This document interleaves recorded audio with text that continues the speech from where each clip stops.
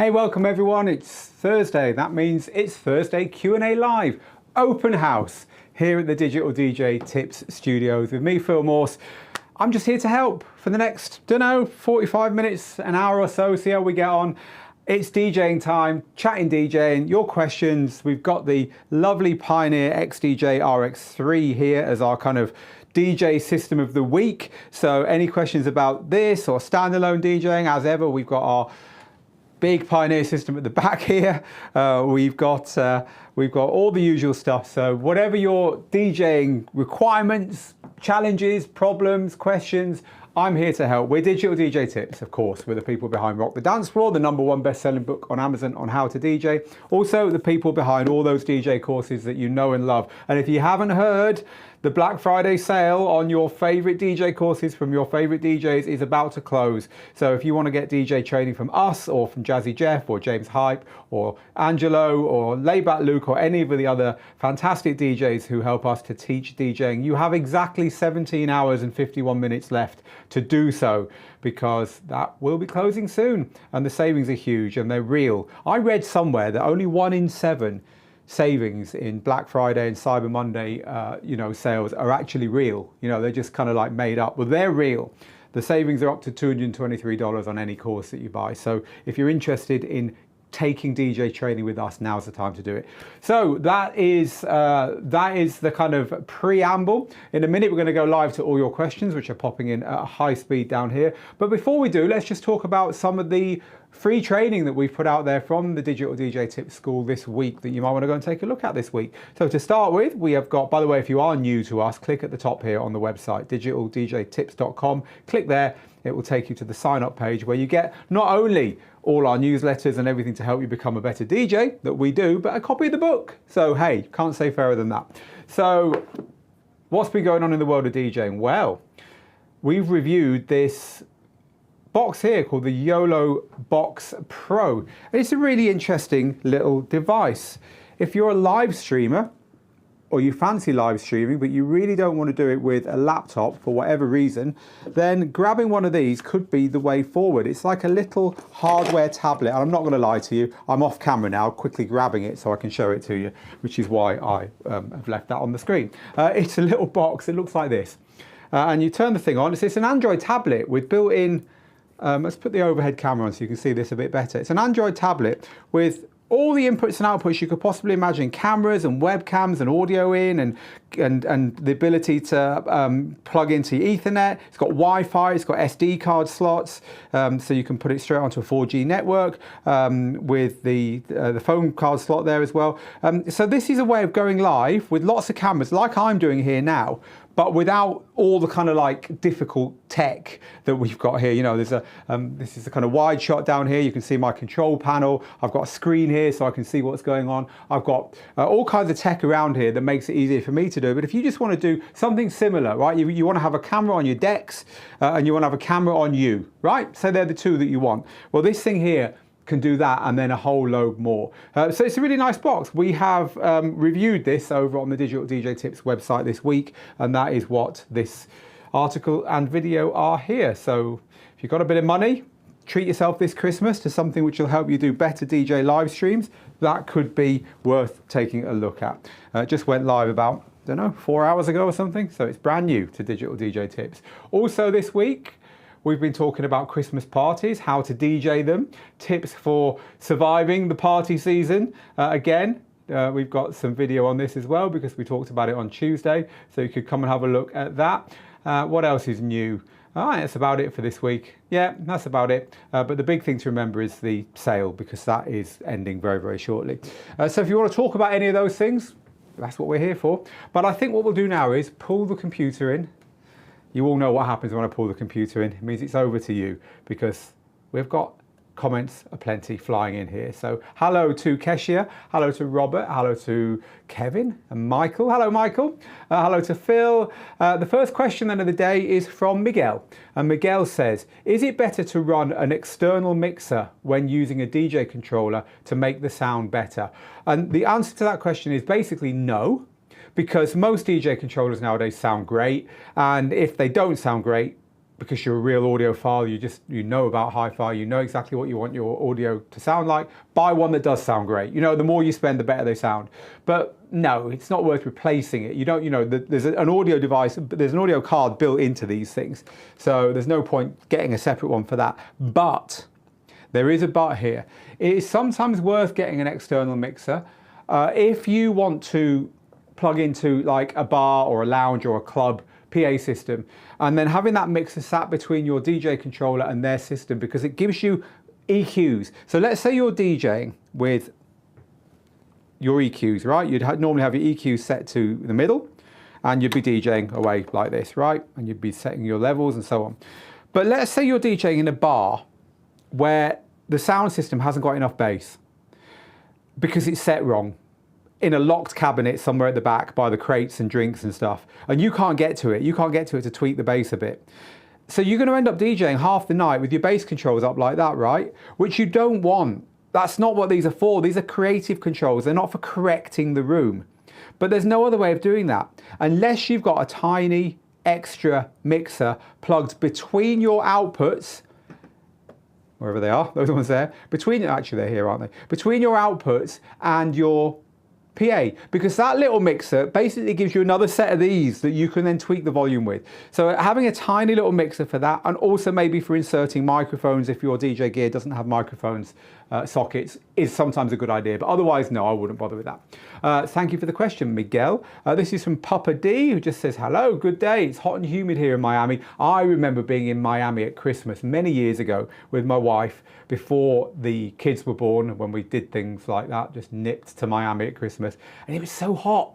It was brilliant. It's like January, and it was fantastic. So I do like the tropics. I'm going to retire to the tropics one day. So anyway, hello Papa D.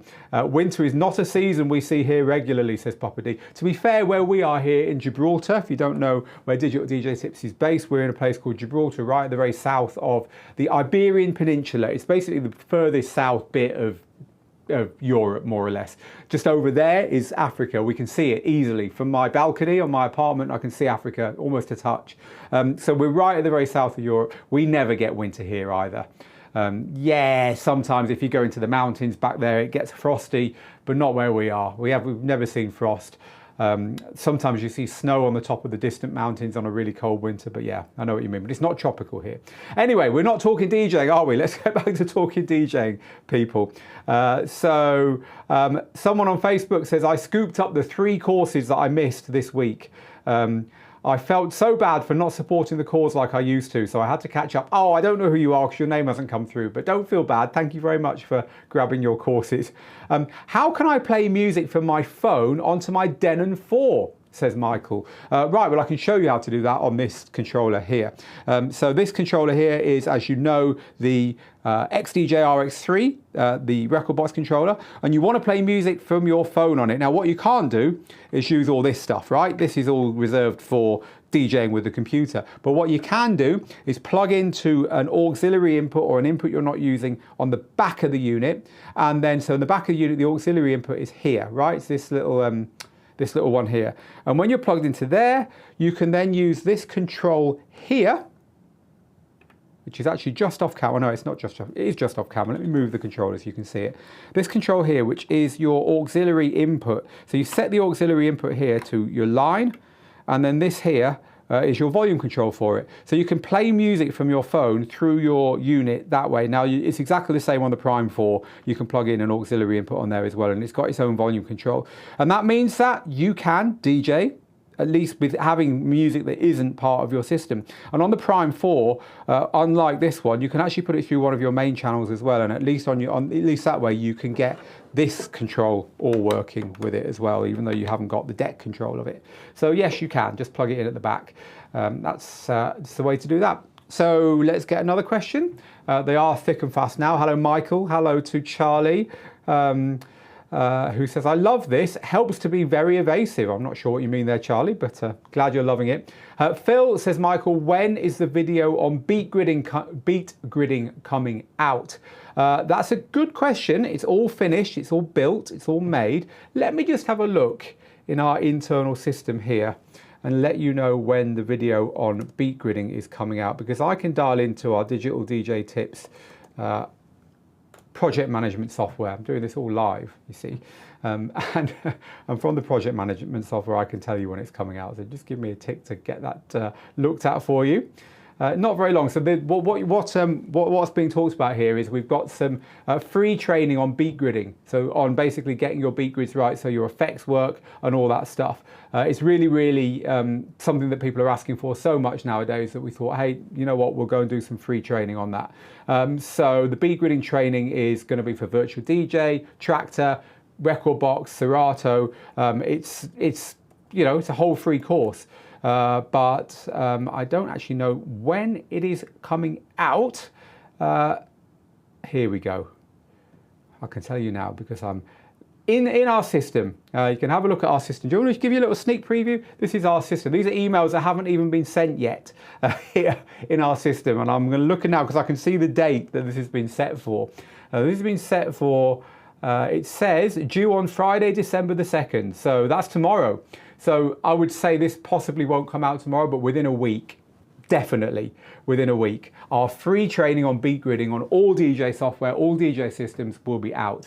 So if you've always wanted to do it and you've never been too sure how it's done, keep an eye out for that. Thank you for asking the question, because it would have been horrible if that had slipped through the cracks and no one knew when it was coming out, but of course it hasn't slipped through the cracks. My production team are better than that. It's me that forgets these things, not them. Right, let's grab another question. This one is from DJ Incompetent. You've obviously got a fantastic name there, so well done, my friend. There is a parameter button on the Prime 4. And your question about the parameter button is, I would tell you if it hadn't just disappeared off the screen. Your question about that is, it does an echo out trail for hall echo, and it does it for reverb effects, but a channel fader and a wash sweep does right, okay, the answer is, so this is about effects, right? So on your DJ unit, you've got effects somewhere, right? The effects on here are these ones here. This effects strip here, you choose the channel you want to put it on, A or B, and you dial the effect in. It's also got the color effects, which are per channel, but we're talking about these effects here. On a Pioneer unit, they're here. It's slightly different on the Prime 4, but the point you're asking is that there's a parameter control and it doesn't do something. So the parameter control will be an extra button. So on this one, you choose your effect. Let's say you choose reverb. Then you get to choose the time, in other words, how quickly the reverb works, and the level or depth of the reverb. But sometimes, and the beat, which on a reverb doesn't really matter, but on an echo, that'll be how quickly it echoes. But sometimes, not on this unit, but sometimes there's another effect. It could be a knob or it could be a couple of buttons called parameter, and that will adjust something about the effect. So it could adjust the resonance, it was the filter, how musical it sounds. It could adjust the high or the low EQ, so whether the effect is going to be across the whole frequency band or just the high or mid or the low part of the frequency. It could be one of lots of things. The point is, it depends upon the effect you've selected, what the parameter control does, or whether it does anything at all. Because sometimes on effects, the parameter button or controls won't do anything. So without familiarizing myself with the Prime 4's effects, because it's been a while since I've used them, it could just be that it doesn't do anything for those particular effects, but it does do something for the ones that you've identified there. And there's also often parameter effects around the pads. Parameter effects around the pads can be useful because, for instance, there's only 8 pads here. So there's a parameter effect there. It can dial in extra pads or extra functions that aren't on the pads when you turn the unit on. On this one, there aren't, but quite often there's a couple of buttons here with parameter written on them, but that's separate to the parameters on the effects. Loving it today, people. Please keep the questions coming. It's just, if you guys are enjoying it, I love to do it, and we'll get all the way to the top of the hour, assuming that we don't run out of questions. We normally never do, but do ask them kind of now, because if I do run out of time, well, I won't get to the end of them. This one is from Tech Savvy Hero, who just says hello. From Washington, DC. Hello to Craig in Houston. Charlie says, that helps a lot. Glad about that. DJ Randall, does anyone have a good prep workflow for using Beatport streaming music? Most of my current prep workflow can't be done, so I'll need to change the way I work significantly. Any suggestions? This is a good question. Now, look, streaming services are a real thing in DJ software. So we've been playing with Serato here today, and if you take a look at my Serato screen, literally all the tracks I've been playing with here in Serato, they're all in a folder which is part of my Tidal. We don't even bother downloading music anymore when we're training here at Digital DJ Tips. We just get the music from Tidal and use it here because it's easier. We just get it when we want it. And I'm sure a lot of DJs are doing that. But the question, of course, is what workflow works? Because the way we teach DJing, the way we've always taught DJing is you listen to lots of music. In fact, in the book, there's a section where we talk about it. We have something called the playlist pyramid. It looks like this. And the playlist pyramid describes how you get all the world's music. That's the bottom of the pyramid. Then the pyramid's getting less and less music as you get to the top, right? So then you've got the music you've heard, which is less than all the world's music, obviously. Then the music you've shortlisted, you've Shazammed it, you've written it down, it's in your, it's in your cart, it's in your streaming playlists, it's on your radar. Then there's the music you've actually bought, because we've always recommended buying music. Then the music you've packed. So in other words, just because you've bought it and put it in your collection, it doesn't mean you've decided to play it in your gig. To play in your gig, you should pack music and pack a set.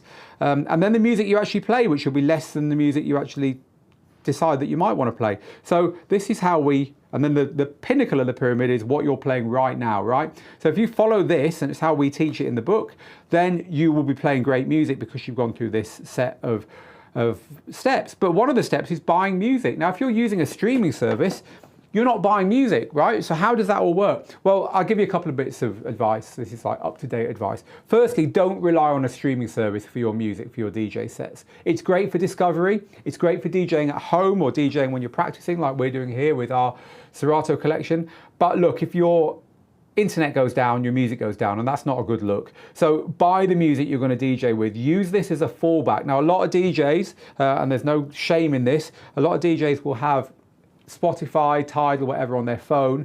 They'll have that plugged in. Remember, we're talking about the auxiliary inputs on the back of your DJ gear. They'll have that plugged into their DJ gear. And, if there's a request they must play that they've forgotten to bring, they'll dial it in there and just quickly play it and then get out of there again and get back to mixing. So using your streaming service like that is a better way of doing that because obviously you can load it onto a deck properly and then DJ properly with those tracks. But when it comes to actually DJing in a club with streaming music, I'd say don't do it, just because there's no way of keeping it offline. Now, in some systems, there are ways of keeping it offline. With Beatport and Beatsource specifically, you can. And if you're using Beatport and Beatsource on DJ software that lets you keep the music offline, well, then it's a little bit different. What I would do then is have two systems on the go, really. I'd have the music I've bought, which I would just manage in the same way I've always managed it and the way I've just talked to you about. Have a massive library of music. Every time you're going to play a gig, assemble a set of stuff you think you might want to play at that gig and then DJ from that set. But then I'd have the same thing going on in my streaming service. I'd open my streaming service, I'd have a new playlist called Stuff I Might Want to Play from my streaming service. I'd make another playlist of stuff from there that for whatever reason I haven't bought yet. And then I would DJ from both folders at my gig. It's a developing area, isn't it? Because the amount of music you're allowed to keep offline is not great, it's not massive, so you can't keep your whole collection offline. If you could, then arguably you could start treating your streaming service just like owned music, but we're not quite there yet, so I think we're in a state of flux. Another way of doing it, which I'll show you on the left-hand side of my screen here, is to have mini sets from your streaming service. So it could be 2 or 3 songs that you've got in your service there, and these are just tiny little sets of 2, 3, half a dozen songs that you tend to play together. And then you can quickly dive into one of those, play those songs and jump out again. But how do you do it? If you DJ with a streaming service, how do you organize your music? It'd be interesting to hear your thoughts. And you could share those over on, just trying to see where you are. YouTube, DJ Randall L is on YouTube. By the way, little tip, do use Facebook if you can, if you're not allergic to it. I wouldn't blame you if you were, but if you're not, use our Facebook page to watch this and to ask questions because they remain underneath the video afterwards. So my team can get straight to you and answer your questions if they don't get answered live, but we can't do that on YouTube because they disappear because they're in the chat window. It's just the way it works. So let's grab another live question. This is from Will. I've been looking for a way to expand the send return on my Pioneer mixer, i.e., a device that turns one send return into many, so I can mix in different effects, not in a daisy chain. I'd say look at iPad apps. Because there's some apps on iPad that will let you do all kinds of clever stuff with effects. I think that Pioneer's got a Remix 1000 app for the iPad. And if you don't know what Will is talking about here, let me just try and grab a mixer where I can show you what Will means. I'm not sure actually if it's on that mixer there. No, it's not. Is it on this one? I think there'll be a send return on this. You know what? There isn't a send return on there either. All these mixers that don't have send returns nowadays. There's one on this one over here, but that's plugged in. I don't think I've got a mixer I can show you it on. Basically, it is a way of sending the output from your mixer to something external. Like you could send it to this, anything I've got here that could do that job. Any external samplers or effects boxes or anything that can take that signal in, do something with it and send it back again. And so that way you can affect only one channel. You can say, okay, I'm going to take what's going on the left-hand channel, send it out to my effects and bring it back in, and you can bring it back into the same channel or a different one. And it lets DJs, especially on 4-channel mixers, this is obviously quite a simple controller, it lets DJs, you know, have affected sound coming back in while they're blending it with the non-affected sound, and then extra channels going on as well, and it just, especially techno DJs and DJs that like to layer stuff, the kind of Richie Hawtin style of DJing, gives you a lot of flexibility. And you see DJs with guitar effects pedals, right? Just a guitar effects pedal, which they wire a DJ mixer into and then out again, because they just love the sound of them. And if you look at the Pioneer DJM V10, which is their kind of flagshipy mixer, even more flagshipy than this one I've got here, the DJM 900 Nexus 2, their V10, it's kind of got a whole load of effects down here which are different and better than even on this mixer, which is attempting to stop DJs having to buy guitar effects pedals because you can do kind of the send return stuff internally. It all gets very difficult, but ultimately a send return is just a way of saying your mixer is sending something out and then returning it back in, having done something externally with it. So yeah, Will, I'd say look at the iPad apps that can process sound there, because a lot of them are very powerful. They might just have what you want. This one is from someone on Facebook pointing out that the Prime 4 doesn't actually have an auxiliary input, so you'd have to plug it onto one of the 4-channel inputs. So thanks for correcting me on that. The Ruckus said, I got your mixing power skills course and I was thrown to see you without a beard. Yeah, you know, oh, my lights are flashing away there. That's annoying. Don't know if you can see that, but I can. I'm going to walk around there and fix that light, because I'm not going to, you know, when you're working in an office and one of the fluorescent lights starts to do that kind of flicky thing. Well, that's what mine has just done. There we go. That's better. Drives you mental, doesn't it? I only fitted that yesterday, you see. We're always improving stuff here, but it doesn't always improve it. If it happens again, it'll be right in the corner of my eye.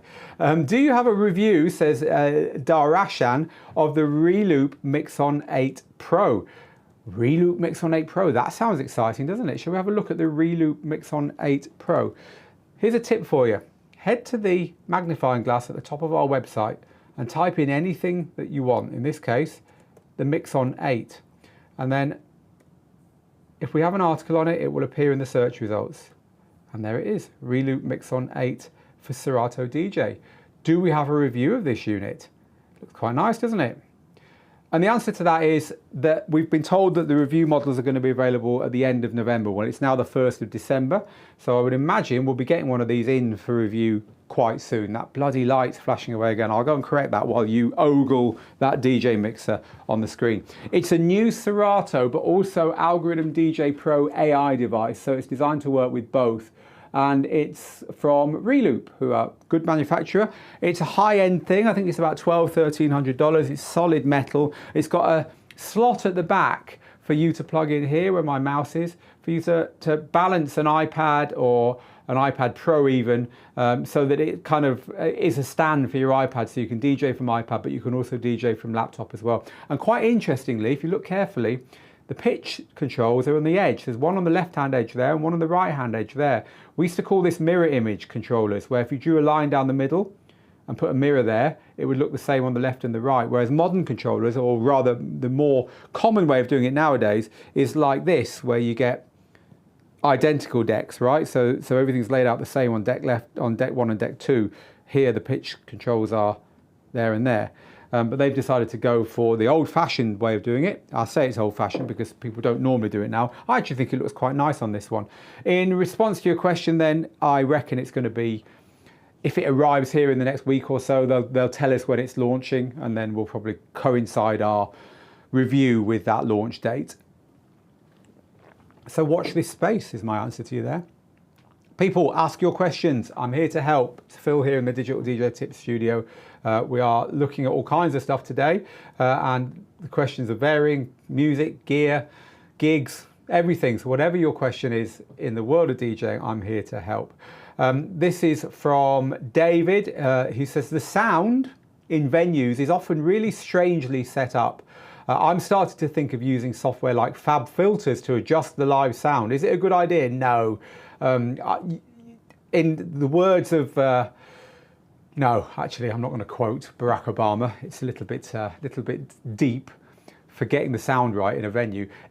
In the words of Phil Morse, there's not much point doing anything other than adjusting the EQ in a venue. You can't correct something that's already wrong with complex filters and so on.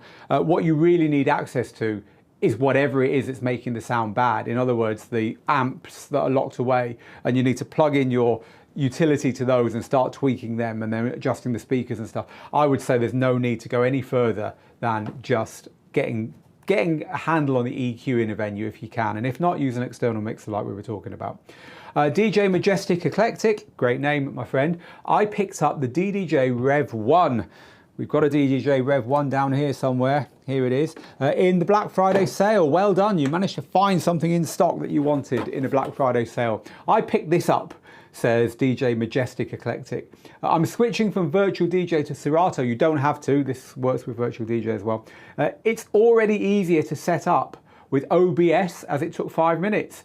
Any tips though for switching software? This is a great unit for using with OBS if you want to live stream, because the microphone socket is fed through the back into your DJ controller, so you get microphone on your live streams without having to find another way of doing it. Most cheaper controllers don't do that. They're starting to nowadays as the manufacturers realize that people want to live stream, but not everyone. So any tips for changing software? The main thing you want to do is get all your cues and all your loops and all your playlists across. And there's a piece of software that'll help you do that. It's from my friend Mixmaster G over in Holland, who's normally here actually. I'm not sure if Mixmaster G's joined us today, but anyway, it's called DJ Conversion Utility. If you go to Google and search for DJCU, then this will come up. Now, assuming you use a Mac, you're in. It's going to cost you $19.50, and this will help you convert from Virtual DJ to Serato, and it's a good bit of software. If you don't use Mac, have a look at a piece of software called Lexicon DJ. Lexicon DJ will do a very similar thing for you, but it works if you use a PC as well. It does a lot more than that, but you would probably want to subscribe to this DJ for 1 month, do your work, and then unsubscribe if you don't want to keep it. But it is a good bit of software anyway. We should get around to reviewing this. We keep saying we're going to. So either use Lexicon DJ or DJ Conversion Utility to get your cues and loops and so on across. Apart from that, it's just a case of getting used to the software and having a dry run and practicing, learning where everything is. It's not a good thing to do, changing your software. I really hate changing software. It's like moving house or getting divorced. It's horrible because you forget how entrenched you are in the software that you're used to. So I'd say try not to change software unless you really have to. You know, people say, oh, should I get this controller or that controller? The point is, what software do you want to use? Because your controller will break, or you'll sell it and get a better one or whatever. But once you're in a software ecosystem, stay in that software ecosystem. I mean, Pioneer DJ do a good job of that. So this is a cheap Pioneer DJ controller, nice one, the Flex 4. You can start on the Flex 4, you can move up to something like I've got here, which will work with Rekordbox software, but also work with standalone stuff, so you can plug your USB drives in. And then finally, you can move to something like this, but you're using Rekordbox software all the way. And Pioneer DJ's got that really well worked out. Now, other companies have as well, but that's just one example of sticking with the same software through your journey with your hardware. It's a lot harder to switch software than it is to switch hardware. in my view. Let's grab another live comment. This one is in from Jim. Hello, Jim, who says, I'm moving, another mover, from Rekordbox to Denon DJ Prime. I've had my Prime Go for the past couple of weeks. Is there a way to edit beat grids on streaming services to handle multiple or variable tempos?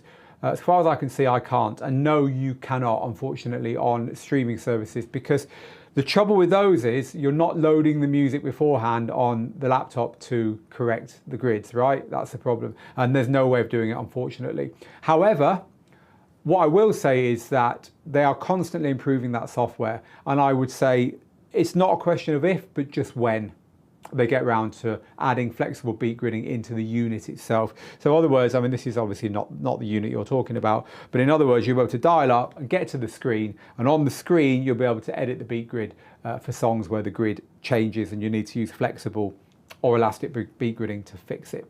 Good question from Phil here, who says, Phil, if you had a choice for online services, which would you choose, Tidal or Beatsource? I would choose Tidal, because I don't need what Beatsource offers, which is increasingly the DJ-friendly versions, the re-edits and so on. They don't interest me. I like to play with the radio versions of songs. Tidal's got all those radio versions, got a much bigger catalogue than Beatsource.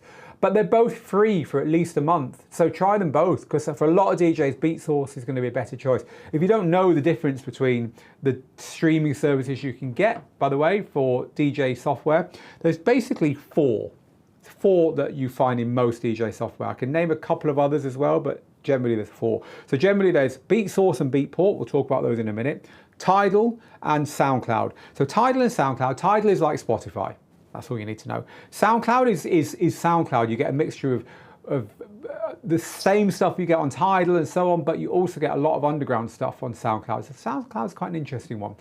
Beatport and Beatsource are both run by the same company. Beatport is underground electronic music. Beatsource is open format major label music, but both with a DJ tilt. So as I said, Beatsource, you tend to get the, increasingly you're getting the radio edits, and it's also curated for DJs. Sorry, you're getting the DJ edits and it's curated for DJs. Other services, well, the new Denon DJ SC Live 2 and SC Live 4 have got Amazon plugged in, Amazon Music, and Virtual DJ, I believe, has still got Deezer plugged in as well, but basically they're the four that you can get for streaming services. Right, more questions. Gav says, I use streaming at Christmas for parties and Christmas songs. Yeah, I can see that, just putting in the odd songs that you don't want to buy. This is from Internet Shakil, who says, my main bottleneck is finding music. If I listen to music all day, I'll find maybe 2 tracks a week I want to play. Right, my advice to you would be to use a streaming service and favourite the tracks you like. Because in your streaming service, you get those auto-generated playlists for you, which are going to be populated with stuff that's like the stuff that you already like if you use those. But I'd also say something to you, Internet Shakil. I had a residency for 12 years, 13 years, every Saturday night. And it was a really well thought about club. It was an award-winning club. We were in all the magazines. We were in DJ Magazine. We used to win Best Club of the Year. And I used to DJ with my heroes at the time. And I got to DJ in Ibiza and all this kind of stuff. So it wasn't just a small town rubbishy venue. It was a big deal where I used to DJ back in the 2000s. And I was a resident, so I used to play at least 4 hours a week, every week. And I probably added 5 or 6 songs a week to my music, sometimes fewer. Because what I figured out was that one, you don't need that many new songs because your audience are going to be expecting the stuff they come for. So if you've got a whole new set every week, it's not going to work. If you've got 3 or 4 new songs, great. And then not only do you put 3 or 4 new songs in, but then you take a few old songs from last year or the year before, and you put those in and just give them another play, because people like to hear stuff they haven't heard for years, especially if you can get the mixing right and the programming right. So I might change my set by 10 songs. For me back then it was like each song was 7 minutes long, so 10 songs, even if I only played half of them, would be 45 minutes. 45 minutes of my set would be different. It'd be a few new songs and a few old songs I'd resurrected, but the other 3 hours, the same songs, not in the same order, But that's fine. That's what people expect. Listen to the radio. Listen to how slowly the songs change on mainstream radio. There's nothing wrong with doing that. In fact, it's expected in your DJ set. So you don't need lots of new songs. And I look back on my music now, there ain't that many good songs come out every year. Not really. Everyone's copying everyone else, and the ones that really made a difference, you could probably count on 2 hands in any given year. So if you've got that kind of mentality, where are the really, really good songs going to come from? And if not, I'm just going to keep the ones I've got. One good way of doing that is to say, if I add something to my collection, I'm going to take something out. And that really gets you thinking, because let's say you've already got 1,000 songs and you know you're never going to need more than that. Every time you add one, have the discipline of taking something out. It might get you thinking a bit harder about what you add. I would say, you know, if you can't find what in your view is good music, then don't add it, because there's not that much good new music around. Some people say, oh, there's loads of good new music around. Good on you. But for me, for DJing, for keeping dance floors happy, it changes very slowly, and the number of tracks that you need each week is not a large number. Really good question. There's a whole lot in the book about this, by the way. Whole lot in the book about how to assemble a music collection. The bottom of that pyramid we were talking about.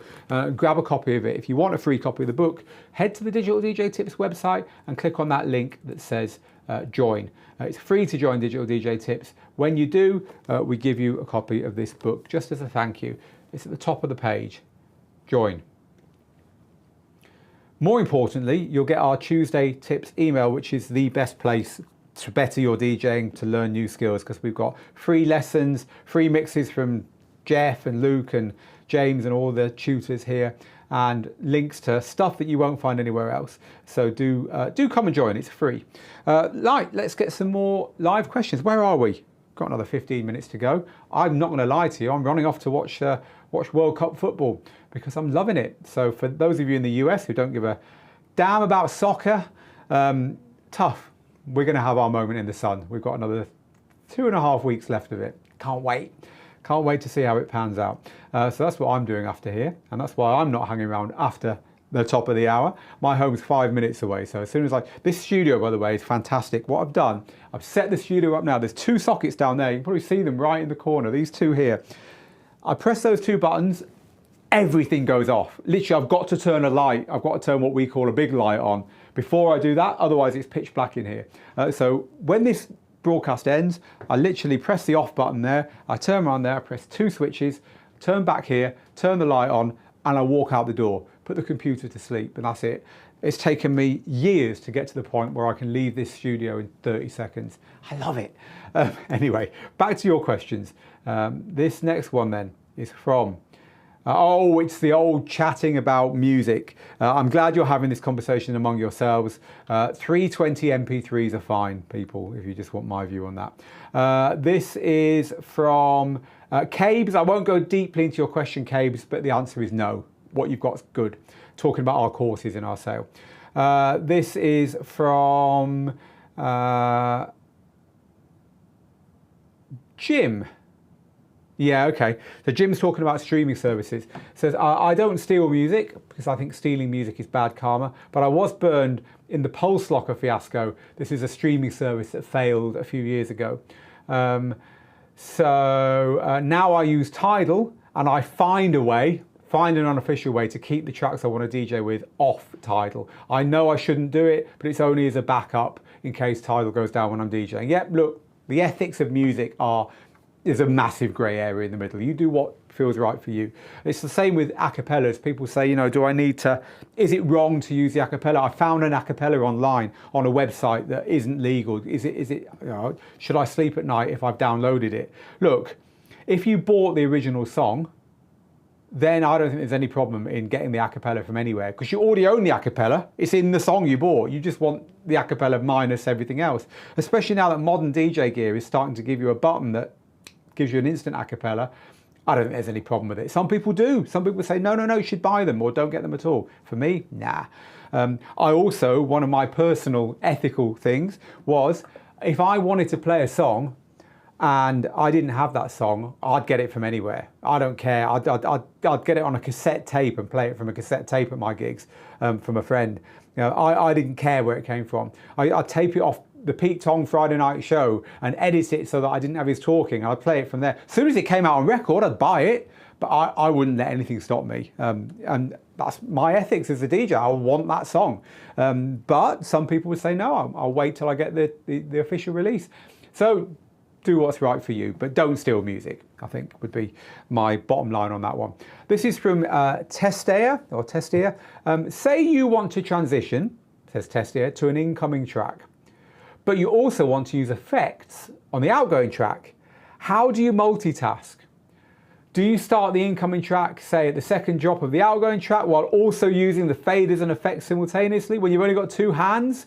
To get around this, I usually choose to do one or the other. Yeah, you know, the modern DJ systems are designed, like what they've done with effects on modern DJ systems is say, look, people haven't got octopus hands. One of our DJs, James Hype, has got a graphic that goes on the screen when he's doing his live streams. It's called octopus mode. And there's like, because James is like this, right? But most DJs aren't. So the way they've designed the gear nowadays is to make it very easy for you. So for instance, on this controller here, you've got these 6 effects here. You put one on and then it's just one knob. And so if you put the filter on, it's the same really as using all 3 EQs together.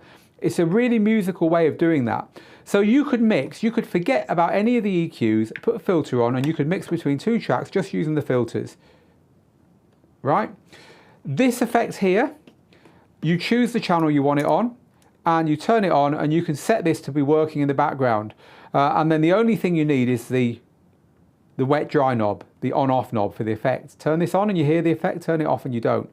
And so this could be doing something as well. So as long as you know what you're doing, it's perfectly possible to have that track playing, to be starting to bring an effect in on this track, to have this effect running but set to this deck here, and then bring this track in, it's already got an effect on it, use that one as well. And so you're doing an awful lot. You've got 1, 2, 3 effects running and you're DJing, mixing the tracks together all but once. Now of course the other button that is useful for this is the sync button, because in the old days we'd be trying to keep these tracks in time with each other, trying to line them up, and we wouldn't have room for any of this stuff. Another piece of advice for modern DJs is don't fear the sync button, but if you're going to use a sync button, use the fact that you're not beat mixing to do other stuff as well. The truth is, Testia, it's all about your audience and it's all about getting from one track to another. Most of the time you don't need octopus hands to do that. And if there is something you want to do, there's something that you just know that this transition, whatever this transition might be, would be better with this effect or that effect or this EQing or that EQing, then practice it. Practice it at home till you get it right. A lot of our courses have got routines in it where we teach you a routine and we expect you to go and learn it, because no, it's not hard, but to learn the things to do in order with the cue points and this, you need to practice so it's muscle memory. When it's muscle memory, doing those 4 things together doesn't suddenly sound quite so daunting to you. So yeah. Right, people, 2 or 3 more questions and I've got to go. This one is from Stonebury, who says, oh, well, that's very nice, Stonebury, but drop an email to us about that stuff. Thank you very much, over on Twitch. So this is from Stephen. That's the one I meant to read out, actually. How well will the DDJ Flex 6 work with the new Pioneer mobile version coming out next year? We don't know, because Pioneer DJ has got a new mobile app which is going to work really nicely with this, with its Flex 4. The reason it's going to work really nicely with this is that this has got 2 USB sockets on the back. So you can plug in a USB-C to your mobile device, your phone, your iPad, and then you can plug in another one to charge your phone and iPad while you're using your phone or iPad to DJ. It's even got an Android button on the back there as well, which is quite cool. However, what we don't know is how their new app is going to work with existing Pioneer DJ controllers that don't have those new sockets on. It might do, but we don't know the answer to that at this moment. By the way, if you want to have a look at the new Pioneer DJ app, we've got a sneak preview on it. So if you go to Digital DJ Tips and type Rekordbox into our search bar, then probably the first thing will come up, Rekordbox for iOS and Android. A sneak peek inside the new app. There's a video there as well where we tell you everything we know about this forthcoming DJ app, which it looks really, really cool. It's got streaming services in it, it's got full library management, full effects, replacing, we think, the Wii DJ app, which is the one they currently have. It's our So our guess is going to replace that. Right, I'm going to just take one or two more questions, then I'm out of here. You Don't Like My Music is saying, I wish in venues they had a really high quality EQ in the amp room with the words "do not touch" on it. Yep, the best venues do, of course. But yeah. And then this is the final one. This is from The Channel on YouTube. Our final question today. If you didn't get your question answered, we'll try and get to you, especially if you've asked on Facebook. If not, get here earlier next week. This is from The Channel then, who says, when to use color effects. These here, sometimes called channel effects, sometimes called filter effects.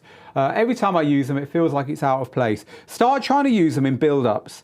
Start trying to use them as you build up to the drop. You know, the noise effect is a classic for that. The echo effects are good for that. But just try and use them in building up to the drop. And also, I've already given you one piece of advice on using these. Turn the filter on and try using the filters when you're mixing two songs together.